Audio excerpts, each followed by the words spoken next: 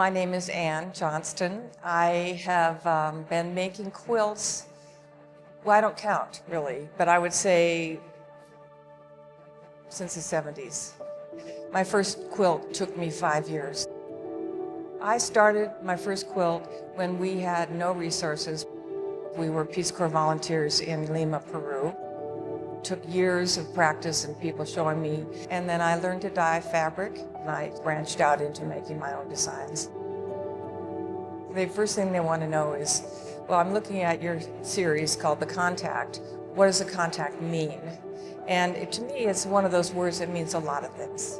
This whole collection is based on my lifelong experience in the Sierra Nevada.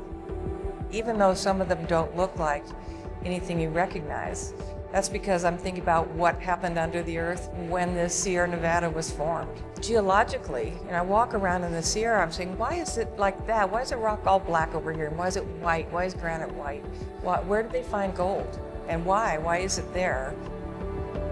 But I really couldn't figure out how to make a quilt about it. I had to learn a lot of new things I had never done before. My earliest thoughts about this quilt series would be the light and the dark.